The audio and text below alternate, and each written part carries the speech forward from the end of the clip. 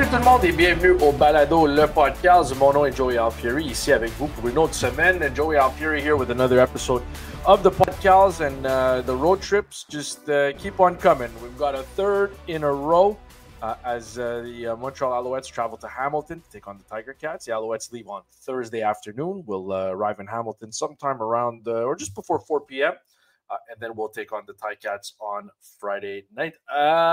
Looking at the weather, my weather app, it sure looks like there's a chance for some rain in this football game, which always makes things interesting, which makes ball security that much more paramount in this situation. So we'll see if the wet stuff can hold off, but also saw there might be some lightning in the forecast. So we'll see what happens for this game between the 0-2 Hamilton Tiger Cats and the 3-0 Montreal Alouettes at Hamilton Stadium. Is that what they're calling it now? Hamilton Stadium, I believe, is the name of the stadium that the Tiger Cats play in. I guess Tim Hortons Field is no more. The naming rights are gone. So, OK, comme d'habitude, on commence en français et on va passer à une entrevue avec un joueur en anglais. Cette semaine, on va parler à Jamar McGloster, le bloqueur à droite, qui est un très bon joueur, mais qui est aussi vraiment impliqué dans la communauté. Donc, c'est vraiment le fun de voir un joueur américain qui habite à Montréal à l'année longue. Ça fait quand même une couple d'années pour Jamar. Et quelqu'un qui est prêt à redonner son temps et son argent à la communauté ici à Montréal. Donc, on va parler à Jamar McGloster dans une dizaine de minutes, 10-15 minutes. On va parler du match contre les Tiger Cats et on va parler de tout ce qui est communautaire dans son cas à lui. OK. Donc, on va regarder ce qui s'est passé la semaine passée contre les Elks. Je sais qu'il y a quand même plusieurs questions qui sont sorties de ce match-là. Des questions quand même, je ne veux pas être sévère, mais je ne veux pas dire sévère, mais je pourrais vous dire que c'est sûr qu'il n'y a personne qui est content de ce qui s'est passé lors du quatrième quart. Les joueurs, les coachs, ils ne feront pas d'excuses. Mais ce que je peux vous dire, c'est que on en a parlé un peu dans l'après-match en direct après la rencontre à Edmonton. Et j'aimerais remercier tout le monde qui ont écouté en direct ou par après l'enregistrement parce que je sais que l'après-match a commencé vers minuit et demi, heure Montréal. Donc, le fait que vous étiez tellement nombreux à poser des questions, à laisser des commentaires, j'apprécie vraiment, vraiment, vraiment votre support et les joueurs l'apprécient aussi.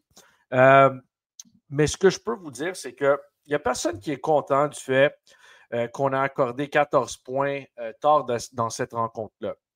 Ce que je peux vous dire, c'est que 2 matchs sur la route en 6 jours, c'est compliqué. Edmonton ont quand même des bons joueurs. On connaît quand même assez bien Keon Julian Grant qui a capté une passe de toucher assez longue de la part de Trey Ford. Trey Ford a du talent aussi. C'est sûr que c'était un peu plus compliqué pour 3 quarts et demi. Et moi, ce qui a été intéressant, j'ai écouté pour la première fois depuis longtemps, j'ai écouté le match sur les lignes de côté.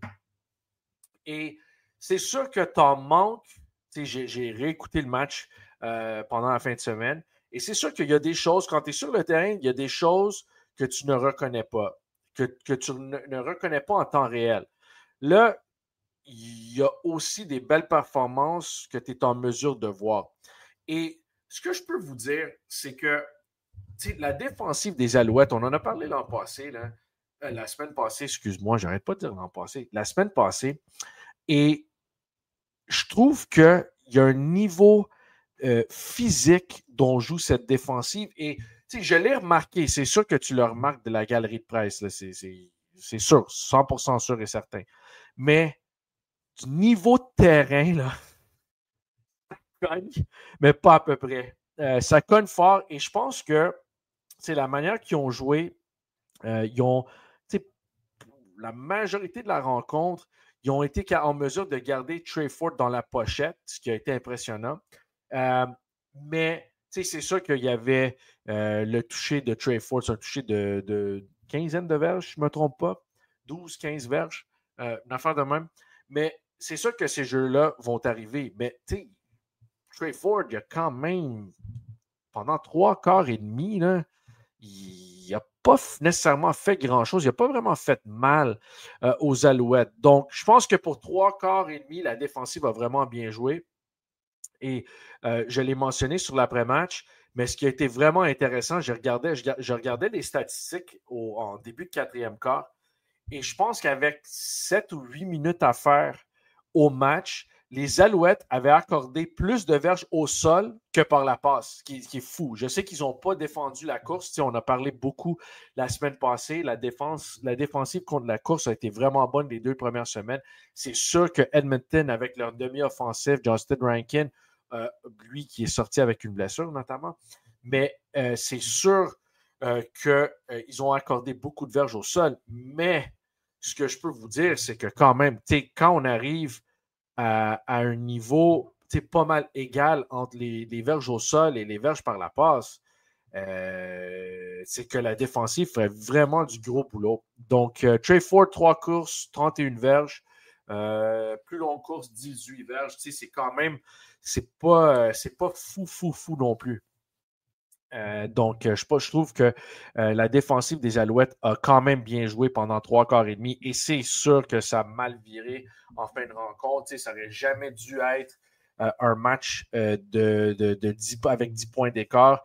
Les Alouettes ont accordé 22 points lors du 4e quart. Ils en ont alloué 28, puis ils en ont accordé 22 lors du dernier quart. Donc, c'est sûr que les choses ont été un peu plus compliquées lors des 15 dernières minutes, mais je trouve que pour la majorité de la rencontre, les Alouettes ont vraiment bien joué pour un match, 2 matchs en 6 jours sur la route, les 2 matchs sur la route.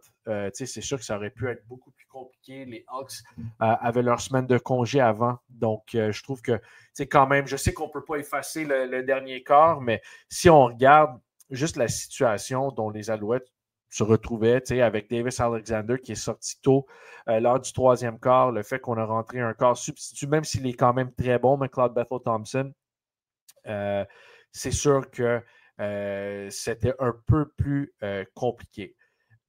Niveau attaque, c'est très simple. Quand Davis Alexander était dans la rencontre, les Hawks n'avaient aucune solution pour freiner l'attaque des Alouettes. On a tenté des longues passes, et les Hawks ont alloué quand même une grosse passe à Mac, grosse passe à Charleston Rambo aussi. Donc, ça n'a pas été facile pour la tertiaire des Elks. Il y avait une couple de longues passes. Il y en avait une autre pour Rambo, une autre pour Mac, où il y a eu des punitions sur la tertiaire des Elks aussi. Donc, c'était vraiment compliqué pour les Hawks. Et l'attaque des Alouettes a vraiment été bonne. Ils ont distribué le ballon. Tout le monde a été impliqué. David Dallaire, l'allié rapproché, a capté une passe de toucher. Jacob Mason, sur la passe où Davis s'est blessé, c'était Jacob Mason qui avait attrapé le ballon. Donc, on a vraiment bien distribué le ballon lors de cette rencontre-là.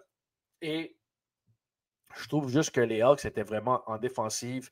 On les a vraiment gardés. Ils étaient mêlés. Et c'est vraiment à cause du travail que les Alouettes ont fait au niveau ligne à l'attaque. Je sais qu'on a moins bien couru le ballon tout à travers la rencontre, mais Sean Thomas Erlington, course de 23 verges pour un touché. Donc, c'est vraiment impressionnant de voir le niveau de jeu de Davis Alexander à 26 ans. Et des outils qu'il a autour de lui. C'est vraiment un bon corps. C'est sûr qu'on se posait tous la question, est-ce qu'il va être en mesure de jouer chaque semaine comme un partant, comme il l'a fait l'an passé, et à date, 3 victoires, aucune défaite pour Davis Alexander, ce qui lui amène à 7 victoires, aucune défaite pour sa carrière. Le record pour le plus grand nombre de victoires consécutives pour débuter une carrière, c'est 8 victoires par Danny McManus. Donc, c'est vraiment fort comme début de carrière pour Davis Alexander. Là, on est en train d'enregistrer ça. Il est quasiment 3 heures mercredi après-midi. On enregistre un peu plus tôt pour les semaines de matchs sur la route. Donc, on n'a pas vu la charte des positions. Là, c'est sûr que la question va être, OK, mais est-ce que Davis Alexander va jouer? Ce que je peux vous dire, c'est qu'on a eu 3 pratiques cette semaine et Davis Alexander n'a pas pratiqué de la semaine. Ce qui veut dire, tu sais, normalement au football, quand tu ne pratiques pas de la semaine, tu ne joues pas. Mais ce que je peux vous dire, ce que Jason Moss a mentionné plusieurs fois en point de presse, et si vous n'avez pas vu le point de presse cette semaine, vous pouvez passer sur notre chaîne YouTube ou notre site web, montrealalouette.com, et vous pouvez écouter la disponibilité média au complet, incluant Jason Moss et McLeod Bethel Thompson. Mais ce que Jason a mentionné, c'était que l'an passé, c'est arrivé que Davis Alexander n'avait pas pratiqué pendant une semaine et il a quand même joué un match à Regina. Donc, les Alouettes ont gagné ce match-là. Vous vous en souvenez peut-être, c'était le toucher au sol de Davis Alexander en fin de rencontre à Regina. Donc ça a déjà été fait. Il l'a mentionné plusieurs fois.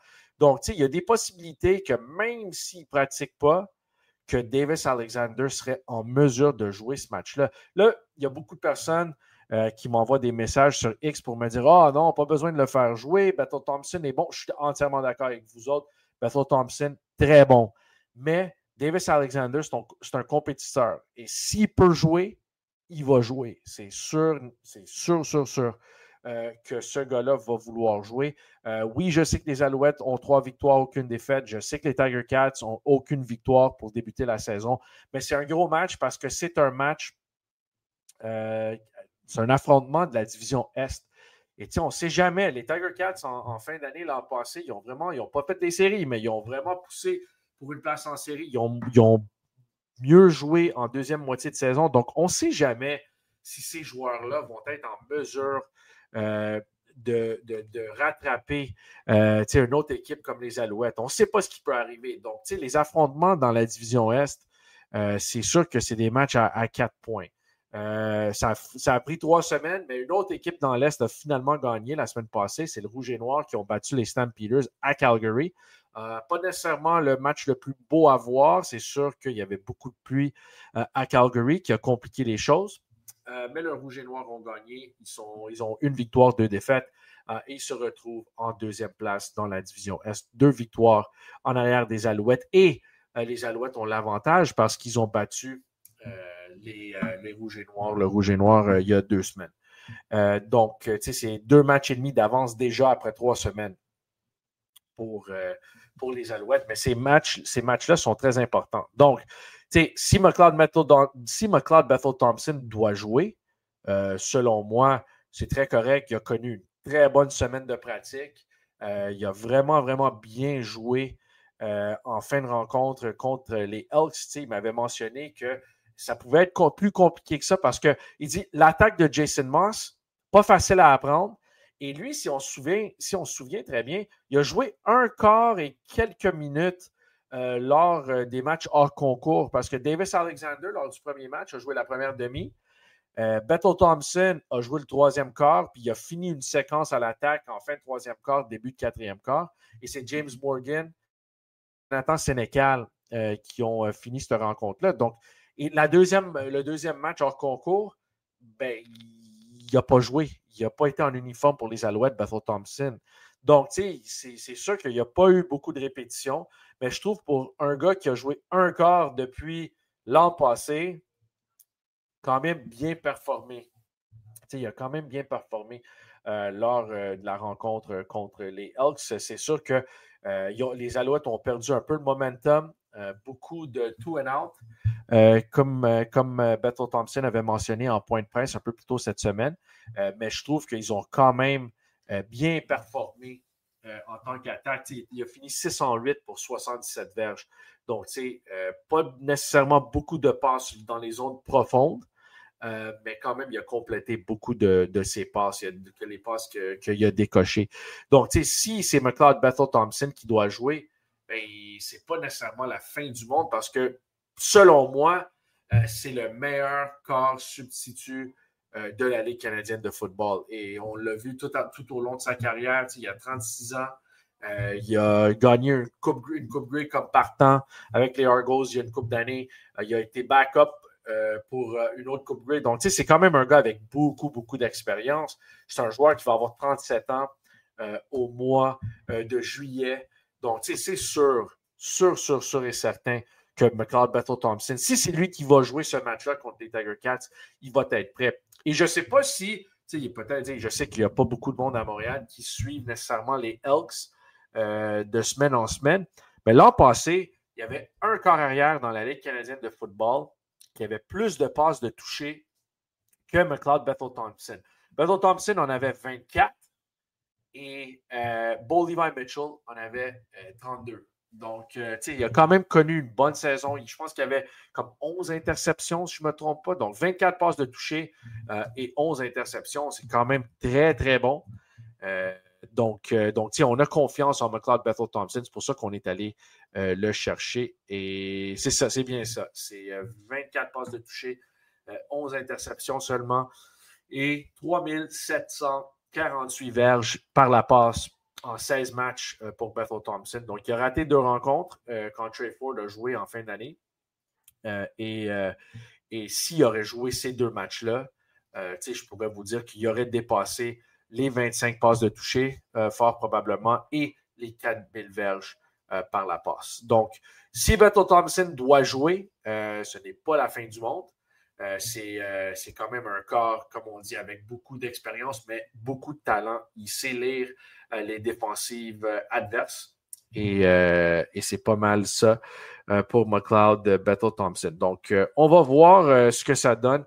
Côté corps arrière, Jason Moss a dit qu'il allait prendre une décision en fin de journée, mercredi, et une annonce serait faite jeudi. Mais que ce soit Davis Alexander, que ce soit McLeod Bethel-Thompson, les Alouettes sont en bonne main. Et si on regarde la profondeur derrière les 2 premiers corps sur la charte des positions, on a Caleb Evans qui, il y a 2 ans, a joué 2 matchs, a gagné les 2 matchs quand Cody Fajardo s'était blessé. On a James Morgan qui a été une des vedettes du camp d'entraînement. Donc, c'est ça. Donc, c'est pas mal ça. On a quand même une belle profondeur quand vient temps de parler des corps arrière dans cette ligue. Donc, c'est ça. C'est vraiment une belle profondeur. C'est pour ça qu'on a dépensé tant d'argent à cette position-là. Davis Alexander a eu un nouveau contrat. McLeod Bethel-Thompson a été signé avant de devenir agent libre. Caleb Evans a reçu un nouveau contrat. Donc, c'est pas mal ça. Et James Morgan, on regarde, puis le 4e corps arrière, c'est très rare que le 4e corps arrière ne serait pas placé sur l'équipe d'entraînement. Mais, on regarde sa situation, puis James Morgan est sur la liste des blessés d'un match. Donc, c'est possible qu'il traîne des petites bobos, mais quand tu as des petites bobos, tu peux aller sur l'équipe d'entraînement et on te paye le salaire d'équipe d'entraînement. C'est clairement, les Alouettes ont beaucoup de confiance en leur 4e quart. Et on l'a vu pendant le camp d'entraînement. On l'a vu pendant les matchs pré-saison. James Morgan a quand même de belle expérience. Il a joué beaucoup l'an passé lors des matchs hors concours et je trouve qu'il a été encore meilleur cette année quand est venu temps de le faire jouer lors des matchs hors concours. Donc, c'est pas mal ça pour ce qui est de la situation des corps arrière. Donc, les autres cas, je ne veux pas dire douteux, mais les cas incertains, mettons, à la pratique, on avait Sean Thomas Erlington qui était là aujourd'hui, qui a été vraiment limité, par exemple. Il n'a pas joué, il n'a pas pratiqué, je devrais dire, la semaine. Il a vraiment pratiqué un peu mercredi, aujourd'hui, mais pas beaucoup. Il était sur le terrain. Les 2 premiers jours, il n'était pas là. Même chose pour Dylan Wynn. Dylan Wynn, le plaqueur défensif qui s'est blessé lors de la première demi, blessure du bas du corps. Il s'est blessé lors de la première demi contre Edmonton. Il n'est pas revenu dans le match. Donc, on va voir. Et l'autre blessure qui est apparue un peu plus tôt cette semaine, Austin Mack. Je ne sais pas si Mack était blessé lors de cette rencontre-là. Je ne sais pas si c'est une blessure qui est survenue lors de la pratique de lundi, mais il a quitté la pratique de lundi un peu plus tôt que le reste de ses coéquipiers. Et il n'a pas pratiqué mardi, il n'a pas pratiqué mercredi non plus. Donc, c'est des cas incertains. C'est sûr que, tu sais, quand on parle de Dylan Wynn, Sean Oakman a fait du gros boulot, mais là, c'est sûr qu'en tant que profondeur à cette position-là de plaqueur défensif, ça devient un peu plus compliqué. On n'a pas Mustafa Johnson, lui qui est blessé depuis l'an passé. Il est sur la liste des blessés des 6 matchs. On n'a pas Dylan Wynn, là, s'il n'est pas en mesure de jouer contre son ancienne équipe. Donc, c'est sûr qu'on a Corey Robertson Junior qui est sur l'équipe d'entraînement. Pas sûr s'il va jouer ou pas.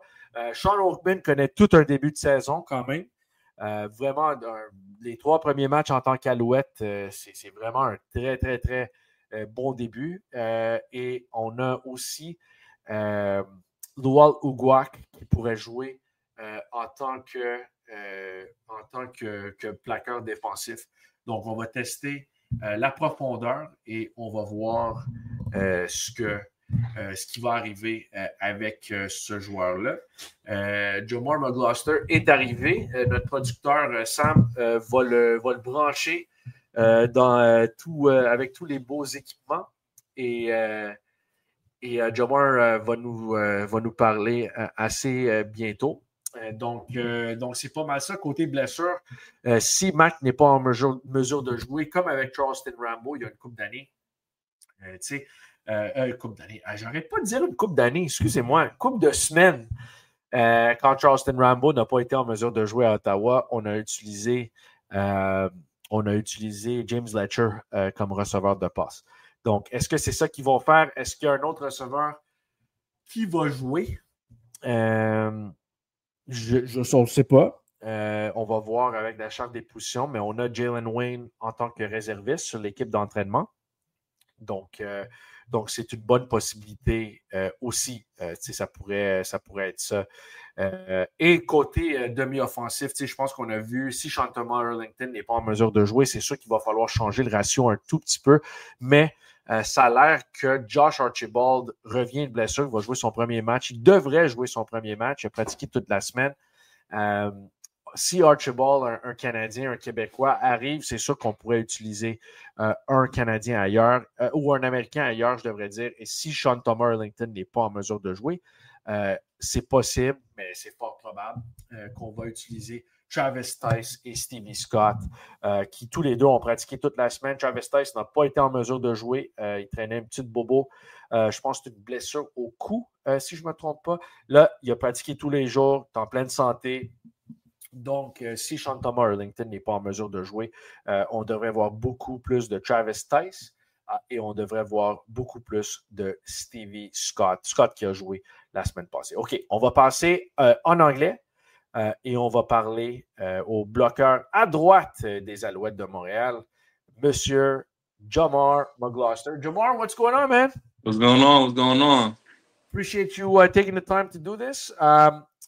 We'll start. I want to start with Edmonton, and then we'll move into Hamilton this week, and then I want to talk about how charitable you are and how great you are to the community here in Montreal. But how good does it feel when momentum is kind of shifted Edmonton's way in the second half, and you have Sean Thomas Erlington that can rip off a 20+ yard, I think it was a 26-yard run to score a touchdown. And obviously the big boys up front have a lot to do with that. Everybody did their part blocking. But how good does that feel when you can jam the ball right down their throat like that? It feels good, to have, like a, what do you call it, like a two-way attack. We go in the air, we go on the ground. I think it really puts pressure on a lot of defenses. And it just feels good when defense don't know what to do, and we can just run the ball. We could pass the ball. Also Edmonton, like we were on fire offensively. So it felt really good out there. It felt like everything was flowing. Honestly, it felt like their defense had no answer for you guys in the first 2.5 quarters until Davis came out. Oh yeah, not at all. they were for sure lost, and I knew it was kind of getting to them when it was, they were like out there. It was super quiet. You know what I'm saying? They just getting ready for the next play. So yeah, I think they had a hard time. How do you like? I know a lot of offensive linemen, they prefer run blocking.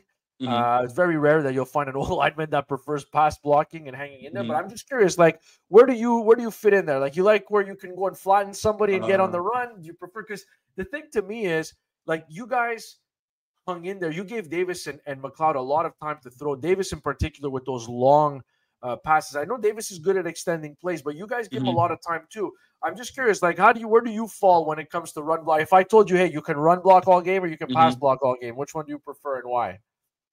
Uh, I prefer pass blocking. It's like my thing because when it comes to a lot of the ends and stuff, you gotta change up. Like if you're a power rusher or a bull rush type of dude, you really can't do that with me. I kind of live with the shutting down the bull rush and stuff like that. You gotta change You're a up your pretty big game. guy. So yeah, you gotta change up your game. You can't just beat me with power. So I like pass rush because it forces DNs to like really show what kind of bag they got. Like what other moves do they have? Run blocking. I was always like basic with, um, which now kind of that's what been like the things I want to work on going further. But yeah, I prefer pass blocking by far. Interesting. I like shutting dudes down and you know make I I don't really talk until you talk to me. So once you talk to me, I like saying a little bit. You know what I'm saying? So you won't engage in trash talk at all? Like you're not Nah, I won't. I how much won't. I will you won't. I talk? won't unless you try to do something dirty or you're talking to me. That's when I'll start engaging, and then now you didn't woke me up. Now I gotta say something every time. So Is there anyone who, especially since you've been with the Alouettes here, I'm just mhm. curious, is there anyone who says something to you that, they're trash talking you, but it's actually pretty funny and you can acknowledge it after the fact that like, oh man, all right, this guy was pretty funny. Did that uh, ever happen? I'm trying to think. I want to say uh Hamilton in 23. Uh, when Dylan Wynn is on the other team is kind of hilarious. Oh yeah? Give me Yeah, some of it. Give me some like clean it up for me, but what are some of the things he might tell you? he just like I don't know. It's just like super super aggressive but funny. Like, and I'm like, is he serious or is he playing around? Like I can't even think of anything PG. Actually, like him and like Simone, Oh yeah. that whole clique was like trash talk central. Like, Yeah. yeah. And then what was the other guy there? Edwards, something like that.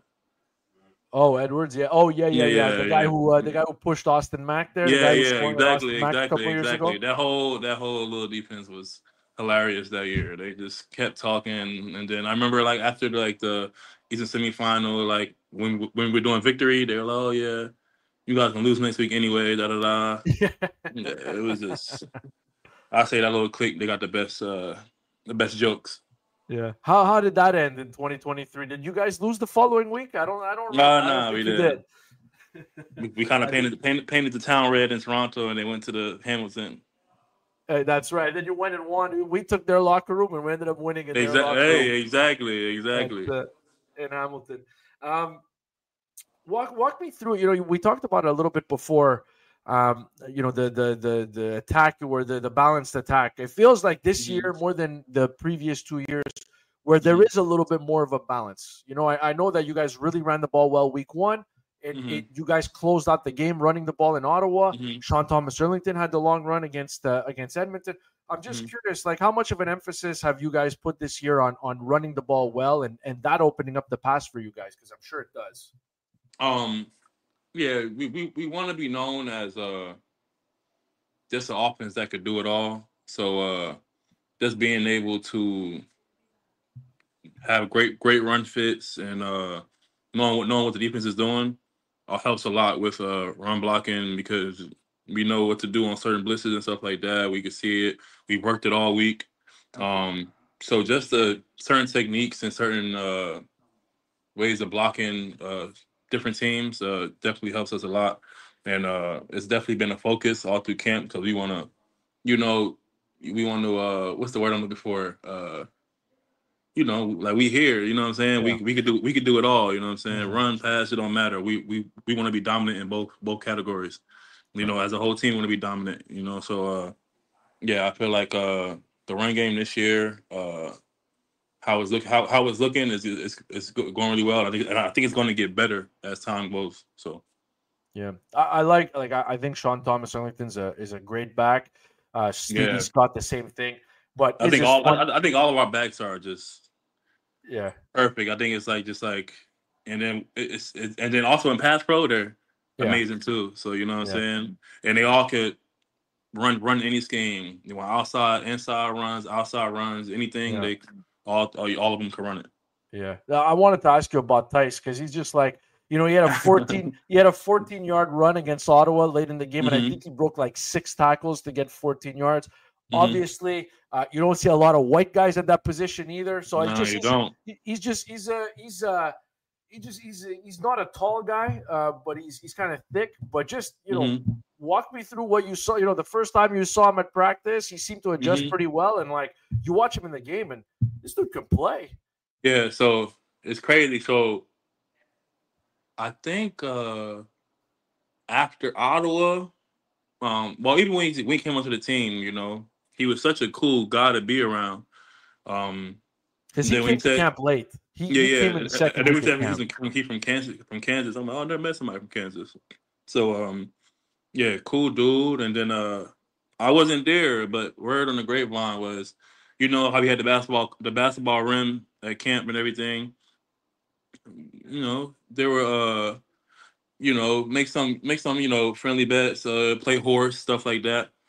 So he supposedly walked over and said, I bet you I could dunk. No way. And I'm like, no way he could dunk. What is he like 5? 5'9"?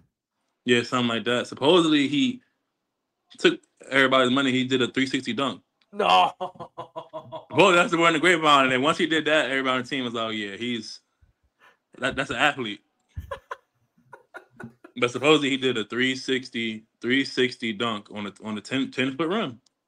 I don't know why I'm laughing. I'm 5'9" and I can do a 360 dunk. I mean, maybe not 10 feet, but I believe you. That's what I was saying. That's what I was going for. Maybe on a 6-foot rim. Yeah. But suppose he did that, and then after that, I had to go and I had to watch his highlight tape from college, Yeah. and It's I no watched joke. it, and I said, okay, yeah, like Yeah. He's like he that. runs hard, he catches the ball from what and everything, and then once I seen it in Ottawa, I'm like, oh yeah, like he's like it's legit, like Yeah. he's balanced, a balanced back, great in pass pro, hit all the holes you want him to, inside, outside, whatever. Just a great teammate too. Always comes up to me, shakes my hand and everything. Um, and he wants to get better. I actually just left a meeting. He's in there going over just stuff for the game coming up. So he wants to get better as well. So I'm excited to see where this game takes him. Yeah. It's a great story about the dunking. I had no idea. Oh yeah, it's crazy. Anybody who's living on the East Coast this week knows that hmm it's been really, really hot. hmm And for a big guy like yourself, I'm just curious. Like, did you do a weigh in before and after? Like, how much weight did you lose those days? Where I think it felt like 43 on Monday. So, Did you do the weigh in? so this has been my thing for the last couple of months. I'm not touching the scale to the Grey Cup. Okay. Do you You know feel what I it mean? though? Like, could you feel that you dropped like a lot of water weight there in practice? Definitely, How do you definitely. get how do you get ready for that? I'm not. I don't really sweat often, so when I sweat a lot, I know that either it's like really humid or I really like put in a lot of work. You know what I'm saying? So definitely the heat was definitely. I think this is the hottest it's been in Montreal since I've been in Canada. Yeah. Because this is my fourth season. I don't think it's ever been this hot. Hmm. And the thing is like it's really the humidity. the humidity is like when you're like underneath the sun, it's the craziest. Yeah. Fun fact: yesterday, the soles of my cleats burnt off. Did they really? Both of them. I'd practice. While I'm warming up, they both started talking. The soles of your cleats, like they came off? Came off, started talking. They burnt off. The glue must have the glue must have said this is crazy. The turf must have been Come too on. hot. And what Yeah. size do you take? Because you're like 6'8". 15. I had a size 15. And then there's the middle practice, so obviously I just had to tape around the shoe, tape them on to hold on till the practice is over. No way. Yeah. Wow. Burned right off. Your size 15 cleats, the sole melted off. Has that ever happened before? No. Wow. And now I'm very disappointed in Nike. Are those the cleats you use for the game? Yeah. So how do you break in a new pair? I just did today. Feet were hurting. But I mean, I gotta deal with it, you know what I'm saying? Wow. That's crazy. Yeah. Wow, that's a good story too. Your cleats. maybe we can post. Maybe I'll grab a photo. Do you still have the cleats, or did you throw them away? Yeah, they're in my locker. Okay, maybe I'll come down and take a photo of them, and I'll tweet it after this. After we're done this interview. Yeah, they for sure talking. They were talking. I like that. On a more maybe serious is not the right word, but you're very impressive to me, and not just you're a great football player and a great guy, but you're super involved in the community. I know that you buy suits for young people that were going to prom, for example. I know that you bought Lego sets for a whole bunch of kids. I know you're very involved in the community. Can you just, as somebody who is from Montreal, myself, as somebody who's from Montreal, to see, an American come in and adopt Montreal as his hometown and not just play here and work here, but give back here, that it's really special to me because it's not everybody that does that. But can you just walk me through some of the charitable things that you've done? I know you don't want to talk about them. I'm forcing you to talk about them, but can you just tell me some of the things that you've done here over the last little while and maybe what you have coming up? So I've done 2 Lego workshops so far.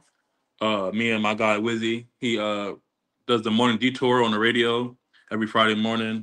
Great guy. We've been doing Lego workshops. First of all, nobody told me how expensive Legos were. Crazy, man. Yeah, I didn't know it was like that. You know what I'm saying? But yeah, I've had 2 workshops so far. Both have been really successful. Just getting the kids, getting into a creative space.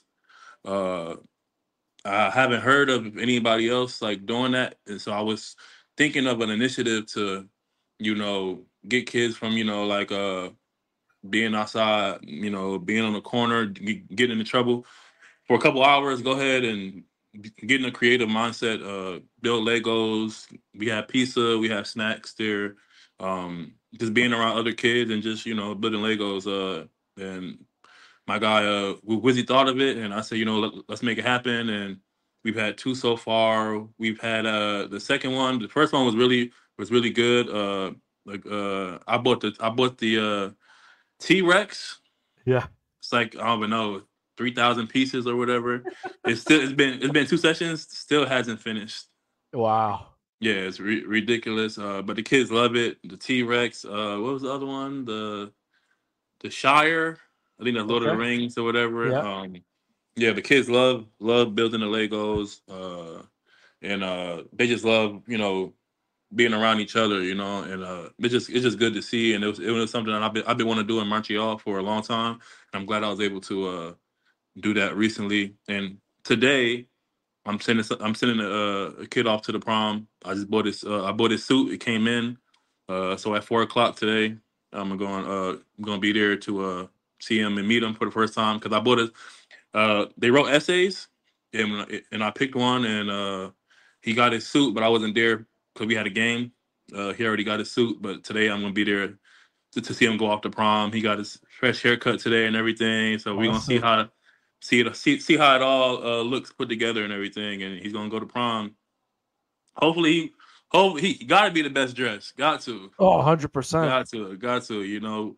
We went to Francois and Bertho's suit shop, Montreal. They make amazing suits. I got one myself. I'm gonna bring out soon. Maybe to another ring ceremony. You know what I'm saying? Hopefully, That and would be nice. yeah. So I got those three things going on. Third Lego workshop coming soon. I don't have a date yet, but it's blowing up big. Actually, the last one we had I think it's like Canada's #1 orthopedic surgeon. Wow. He came with his son. Um, so yeah, it's getting bigger and bigger. Second one had way more kids. It's getting bigger and bigger. So hopefully Awesome. by the end of the summer, it'll be a huge thing. So And so people that are interested in coming out, they can follow you on Instagram. You'll have some details on Instagram oh whenever yeah, the follow me on Instagram. I'll hold the link and yeah, you just put your name in, put the name of your kid in or whatever, or the kid himself, because we go from like ages from young to it doesn't even matter. It could be like 16, 17. Come build some Legos, meet me. You know what I'm saying? awesome. My brain with these Legos. You know, I'll just supervise. Me, it's kind of hard for me to get kind of hard, but yeah, definitely something I see going on for a long time, for as long as I'm here. Awesome. So Yeah, I'm like you, man. I've no building brain. There's no yeah, my brother's a civil engineer. I got none of that. I got absolutely none of those skills. yeah. My dad, when it comes to stuff like that, my dad just pay people to do stuff for him. Oh yes. I gotta fix that. Oh no, I just pay him to fix it for me. That's what I do. I'm like, yeah, that's where I got it from. Yeah. And if I can finish on a Hmm. more serious note, we got word this week. I know the entire Alouettes family was Hmm. shocked. I was shocked Yeah. about the passing of former assistant defensive back coach Chandler Jones. I know he was close Hmm. to a lot of people, including yourself, myself. I'm just curious, just what do you just maybe you want to wrap up with what Chandler meant to the guys in that locker room and what he meant to you. Uh, Phenomenal guy. Always smiling, always happy. Always brought the energy. Um, he was also my frat brother. So we call when we lose a loved one, we call it going up to Omega chapter. 'Cause I'm part of Omega Psi Phi. So he's in Omega chapter now. He's in a better place. But yeah, all the guys loved him. He always brought the energy. He was always there to help. If you need somebody to talk to, he was there. Um, yeah, so it's a really big loss for everybody. I was shocked, like when Kalama said it, like my mouth was like wide open, like I couldn't believe it. Mm-hmm. It's just so it's just a tragedy. Um, so yeah, my condolences are with him and his family and everything, his family. So yeah, it hurts. And then I got word yesterday. Also this week, I got word my dad's best friend passed away too. So it's just Sorry to hear that. yeah, it's all good. You just gotta love on the people, while they're here, because you never know. You know what I'm saying? So you never know. So just tell your loved ones you love them. All the time, and hold them tightly. You know what I'm saying? Yeah, that's really well said. That's wise advice, Jamar. Appreciate you doing this, man. All the best on the field on Friday night in Hamilton, and hopefully you can break those cleats in real nice. Maybe you can Oh wear them yeah, on I the hope I plane. hope so, man. I hope so. Thanks for this, Jamar. Thank you, appreciate you. Jamar McGloster, le numéro 61 avec les Alouettes de Montréal. J'aimerais juste terminer le balado en parlant de Chandler Jones. On a entendu Jamar McGloster là-dessus. C'est mon expérience personnelle avec Chandler. Je le connaissais très, très bien. Comme Jamar a mentionné, il y avait toujours le gros sourire sur les lèvres. Il était toujours de bonne humeur, toujours prêt à travailler. Euh, et j'ai eu l'opportunité de le connaître un peu plus l'an passé parce que je parlais un soir à Winnipeg. On soupait ensemble avant un match et je lui ai dit que je jouais dans une équipe de balle molle avec des membres de ma famille, avec mon père, mon frère, mon cousin. Euh, et, euh, et il m'avait mentionné qu'il était vraiment intéressé à jouer. Donc, il est venu jouer avec nous autres. Et je l'amenais au match et je le ramenais chez lui parce qu'il n'y avait pas d'auto et les rencontres les matchs étaient quand même un peu loin. pour lui, qui était au centre-ville.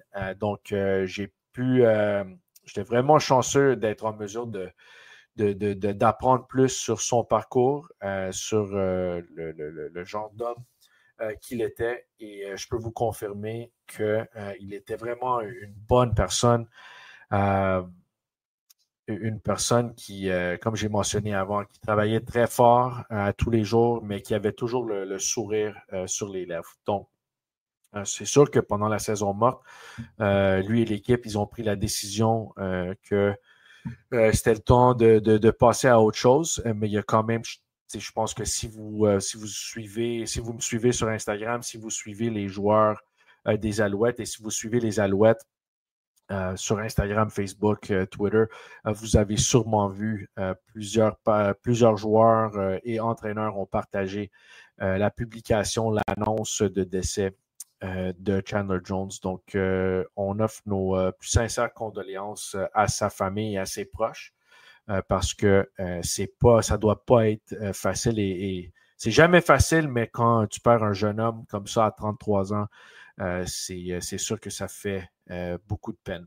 Donc, c'est tout. Je voulais juste mentionner mentionner une pensée pour Chandler Jones et je sais que l'entraîneur assistant des demi-défensifs est très rarement devant les caméras et peut-être qu'il y a des méga fans des Alouettes qui ne connaissaient pas. Je voulais juste mentionner qu'il avait eu vraiment un énorme impact sur cette équipe-là et sur l'équipe qui a gagné la Coupe Grey en 2023. Merci beaucoup tout le monde d'être ici, d'être présent, d'être à l'écoute pour ce balado. Les Alouettes vont affronter les Tiger Cats de Hamilton vendredi soir, 19h30 si je ne me trompe pas, sur Réseau des Sports, TSN, et vous pouvez écouter la rencontre sur TSN 690 et si vous écoutez sur Cogeco sur 98.5 FM, ça va être en ligne seulement. Donc, si vous êtes sur la route, vous mettez 98.5, vous n'entendez pas la game. Pour cette semaine seulement, cette rencontre-là va être sur le web seulement. Merci beaucoup tout le monde. Bon match, bonne fin de semaine et on se recroise la semaine prochaine.